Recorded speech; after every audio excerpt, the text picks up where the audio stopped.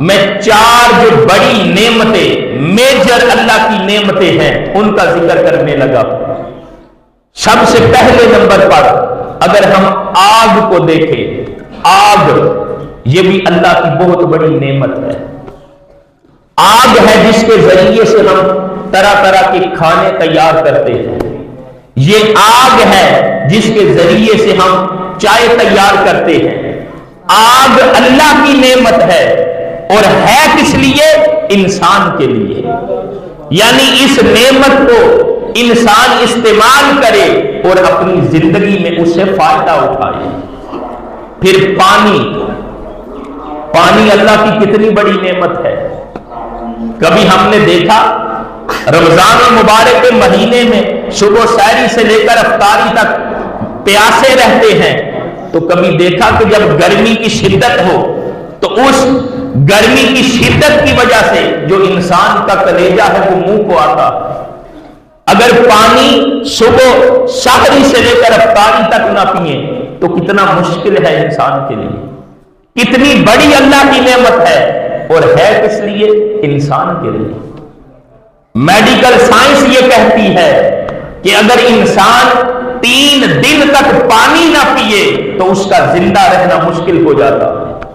تو یہ پانی کبھی غور تو کرے، یہ اللہ کی کتنی بڑی نعمت ہے جس کی وجہ سے ہم سب کا جو نظام زندگی ہے وہ چل رہا ہے۔ اسی طرح مٹی، یہ جو مٹی ہے کبھی دیکھا کہ اللہ کی کتنی بڑی نعمت ہے۔ یہ مٹی ہے، یہ زمین ہے جو ہمارے خوبصورت مکانوں کو اپنے سر پہ اٹھائے ہوئے ہے۔ یہ اللہ کی نعمت مٹی ہے جس کے اوپر سر سبز و شاداب باغات نظر آتے ہیں۔ یہ اللہ کی پیدا کرنا نعمت مٹی ہے جس کے اوپر کچھ لوگ بڑے اکڑ کے چلتے ہیں۔ یہ اللہ کی نعمت مٹی ہے جس کے اوپر کچھ لوگ بڑی عاجزی اور انکساری کے ساتھ چلتے ہیں۔ تو یہ مٹی، یہ زمین، یہ بھی اللہ کی نعمت ہے، اور ہے کس لیے؟ انسان تیرے لیے۔ آگ، پانی، مٹی اور ہوا، یہ جو ہوا چل رہی ہے نا، کبھی غور تو کریں تو یہ کتنی بڑی اللہ کی نعمت ہے۔ اگر ہوا نہ ہو تو ہم سانس نہیں لے سکتے۔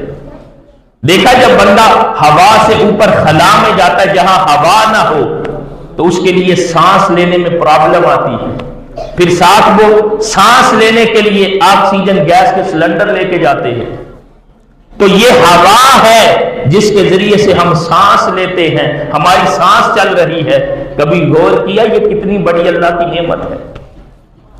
آگ، پانی، مٹی اور ہوا، یہ 4 بڑی میجر نعمتوں کا میں نے ذکر کیا ہے، اور ہیں کس لیے؟ انسان کے لیے۔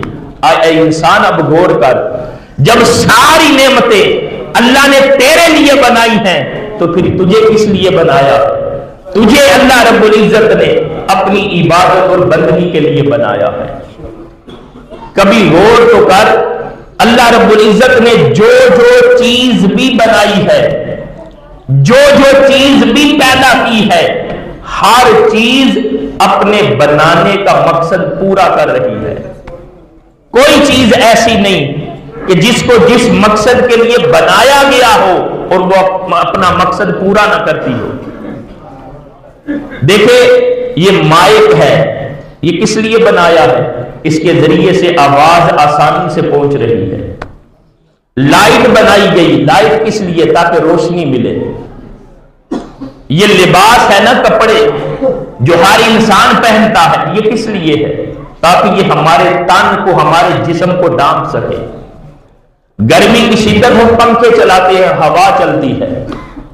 آپ یہ چھوٹی چھوٹی مثالیں دیکھ لے، جس چیز کو جس مقصد کے لیے بنایا گیا ہے وہ چیز اپنا مقصد پورا کر رہی ہے۔ اے انسان کبھی غور کر، جس مقصد کے لیے اللہ نے تجھے بنایا ہے کیا تو اپنا مقصد پورا کر رہا؟ تجھے تو اللہ رب العزت نے اپنی عبادت اور بندگی کے لیے بنایا ہے، کبھی غور کر کیا تو اپنے اس مقصد کو پورا کر رہا؟ کبھی سوچا کہ جس مقصد کے لیے میری تخلیق ہوئی ہے، مجھے بنایا گیا ہے، میرے نظام زندگی کو چلانے کے لیے اللہ رب العزت نے طرح طرح کی نعمتیں عطا کی ہیں، کیا میں اپنی زندگی کے مقصد کو پورا کر رہا ہوں؟ اے انسان، اگر تو اپنی تخلیق کے مقصد کو پورا نہیں کر رہا تو پھر تو بھولا ہوا ہے۔ اللہ نے تجھے اپنی عبادت اور بندگی کے لیے پیدا کیا ہے، اور اس کا جو سب سے بڑا پیغام ہے وہ ہمیں رمضان المبارک کے مہینے سے ملتا ہے کہ اے بندہ خدا، جس طرح تو رمضان المبارک کے مہینے میں اللہ رب العزت کی عبادت اور بندگی بجا لاتا تھا، جس طرح رمضان المبارک کے مہینے میں اللہ رب العزت کے حضور تو سجدہ ریز ہوتا تھا، جس طرح رمضان المبارک کے مہینے میں تو قرآن کی تلاوت کرتا تھا، جس طرح رمضان المبارک کے مہینے میں تو اللہ کا ذکر کرتا تھا، جس طرح رمضان المبارک کے مہینے میں تو اللہ کے نام کی مالا جپتا تھا، اے انسان، جو اگلے دوسرے مہینے ہیں تجھے رمضان المبارک کے مہینے کے ذریعے سے ایک بڑی ٹریننگ، بڑا سبق دیا گیا ہے کہ تو جو اگلی زندگی ہے، دوسرے مہینے ہیں، ان کو غفلت میں نہ گزار، بلکہ اپنی تخلیق اور پیدائش کے مقصد کو سمجھ اور اللہ رب العزت کی عبادت اور بندگی کرنے والا بن۔ اللہ رب العزت کے حضور اپنی پیشانی کو سجدے میں رکھنے والا بن۔